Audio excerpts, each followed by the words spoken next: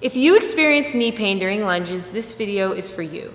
I've had a number of clients explain to me in initial sessions that they avoid basic functional exercises like the lunge because they experience knee pain. Now, this could be someone that has a history of knee pain and they feel the position exacerbates the discomfort, or it could be someone that has an experience with lunges where it's just an uncomfortable feeling, and when they're done with the lunge, it's gone, so they just blame it on the lunge. It's a flawed exercise. So a lunge is one of those exercises you really don't want to avoid because it translates so well to activities of daily life. So for example, stairs, if you're hiking terrain, or anytime you're going up a steep incline, you're using those muscles that the lunge trains. So when you do it correctly, the lunge should help to strengthen the muscles that support and stabilize the knee.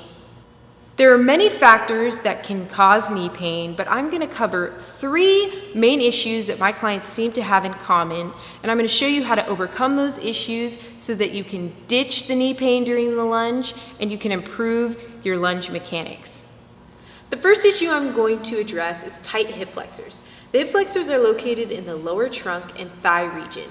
When we sit for long periods of time or participate in activities that require excessive hip flexion, these muscles become tight and shortened and pull down on the pelvis into an anterior pelvic tilt, which looks like a sway in the low back. This position places the spine in a compromised state, and it's really a bad postural dysfunction because it causes weakness in the core and glutes and leads to muscle compensation. In addition, this postural deviation, this forward pelvic tilt, will place strain on the knees and the hips, causing dysfunctional movement patterns. So what we need to do is approach restoring flexibility to the hip flexors in a 2-step approach, which is releasing and stretching. So we are going to focus on the rectus femoris and the TFL. If you've watched any of my other videos, you know I typically use a medicine ball or lacrosse ball to perform releases. Today I'm using a foam roller, which is a regression, but it's a great place to start if you've not done releases before on this particular area because it is going to be sensitive. So I'm going to start with the TFL, which is located where the pocket of my jeans would be. So right near the hip on the upper portion of the thigh, which is kind of lateral. So I'm going to lie on my side, drop this leg down to place my weight directly on the foam roller in that spot I described. I'm going to come down onto my elbow. I'm going to make sure that the shoulder is not in a compromised position, so I'm going to retract the scapula, and I'm going to drop this leg in front to act as support, to act as an anchor. I can bring this hand in front as well to help guide me and help stabilize me, because at first for some people just getting into this position can be challenging. So the goal is to get as relaxed as possible. So you want to find the tender point, and if you're in this region it's going to be tender, and you want to embrace the pain a little bit. So stay on that point until you feel some relief. Once you feel some relief, you can then move down. We're not going to go very far because the TFL is mostly on this upper portion. Then you get to the IT band. We really want to focus on the rectus femoris, or femoris, if you will. Okay, so once you start to feel like you've gotten those trigger points in that region, you're going to then move onto the front portion of your leg. So we are going to travel from the very upper part of your rectus femoris down toward the knee to just above the knee. So I'm going to place this foam roller underneath me, but I'm going to push it so that it's under just one leg. I'm going to get into a position similar to a plank. So I want my back to be my spine to be neutral. And I want to place my weight right on top of that lacrosse ball. Once again, using this arm to support me. I'm sorry, foam roller, not lacrosse ball. Long day. And I'm going to start at the top of the thigh, and I'm going to move, or upper portion of the thigh, and I'm going to move, find a trigger point, stay there, wait for it to release, and then I'm going to go all the way until I'm just above the knee. Okay, so the key is to just find trigger points all along that portion in the midpoint of the thigh. Now that we've released the desired hip flexor muscles, we are going to stretch them. So we are going to do this by getting into a kneeling position. We're going to put one foot in front of the other, and we're going to draw the navel in and tuck the hip underneath, going into a posterior pelvic tilt. Make sure that we're not rounding our shoulders. And we're going to really tuck that hip until we feel that stretch down the thigh.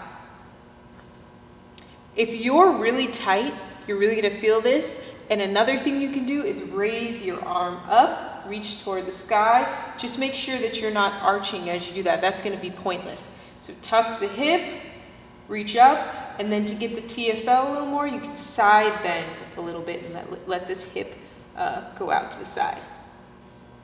So I would recommend you hold the first stretch for about 20 seconds and then the TFL side bend for another 20 seconds. If you find that your hip flexors are starting to get more and more flexible and this isn't enough of a stretch for you, I'm going to link another version of this stretch that's going to make it a little bit more advanced and it'll allow you to get a little bit more of a stretch. The second issue I'm going to discuss is improper weight distribution. This is caused by activities of daily life that occur on the front side of our bodies. So most people tend to be front side dominant and they tend to shift their weight toward their toes. If you have an anterior pelvic tilt, this is going to be made worse and there's going to be a lot of shearing force on those knees. So the exercise I'm going to show you is going to get you to distribute your weight back towards your heels and get the backside of your body involved in the movement pattern. For this exercise, all you need is a stick or something that you can hold on to for support. You're going to begin with your feet hip distance apart, and you're going to lift one foot off the ground, shifting your weight back on your heel. There should be no forward movement in the knee. You're going to draw your navel in to support the spine, retract your shoulder blades, extend the thoracic spine, and squeeze the glutes. So the main thing is shifting your weight back on your heels and squeezing the glutes. So this is going to help to strengthen the neuromuscular connection between your glutes and your brain. It's going to help you to remember to fire these muscles when you're participating in another activity that requires a similar movement pattern. So I would recommend doing this 3 times on each side for 20 to 30 seconds. And you can really do it as often as you want to because all it's going to do is help you to distribute your weight better. The final issue I will cover is core instability. The core supports the spine and stabilizes the body. This is especially important during movements that require one side of your body to bear more weight than the other, for example, walking or lunging. Weak core can exist as a result of poor posture and improper movement patterns, and lack of core function leaves our joints vulnerable to injury. Now, improving hip flexor flexibility, restoring those hip flexors, and practicing proper weight distribution can help improve stability, but we need to target those muscles specifically. There are a number of exercises that will target the core and help strengthen those muscles. The one I chose today is going to translate well to a lunge. So let's get started. The exercise I'm going to use to strengthen the core stabilizer muscles is called a bird dog. The bird dog is a great exercise because you must keep your hips stable through hip extension and hip flexion, much like a lunge. So to begin, we are going to get to a quadruped position with our hands directly underneath our shoulders and our feet hip distance apart. The first thing we want to do is draw the navel in to prepare us for the posterior pelvic tilt. So we're going to bring one leg back until it is up in line with our back, and we're going to squeeze the glute as much as possible. So point the toe, draw the navel up toward the spine, tuck the hip forward. We are then going to reach out the opposite arm and face the palm up toward the ceiling to externally rotate the shoulder.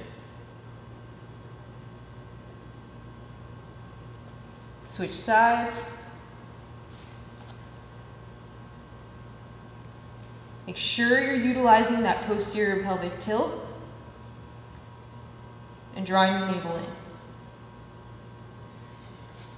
Another thing of note You do not want to round the upper back, so the back should be nice and flat.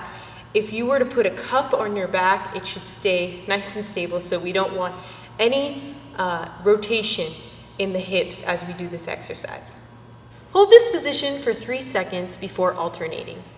Complete 3 sets of 10 reps each leg. This exercise can be done every day if you so choose. It will help to strengthen the core stability muscles. Now that we've restored the hip flexors and practiced exercises that train weight distribution and core stability, we are ready to discuss proper lunge mechanics. To perform the lunge, begin with your feet hip distance apart, pointing straight forward.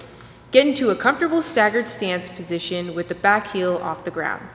Most of your weight should be distributed in the front heel with the back foot providing support. With a slight forward lean in the trunk, draw the navel in, hinge the front hip back, and load the glutes. Lower yourself toward the ground. Push through the heel to return to start position and alternate. To get the most out of the lunge, keep the glute on the back leg engaged. Drawing the navel in and flexing the back glute will help stabilize the pelvis during the lunge, which will also help to improve your balance. Avoid lifting the front heel at any point and forward movement in the knee. The knee should stay in line with the ankle. Be sure that your feet don't start to get too close together, as this will narrow your base of support. Thank you for watching this video. I hope the information provided helps those of you that have a history of knee pain with lunges do the movement more correctly without any discomfort. Please leave me a comment if you have any questions and subscribe to my YouTube channel.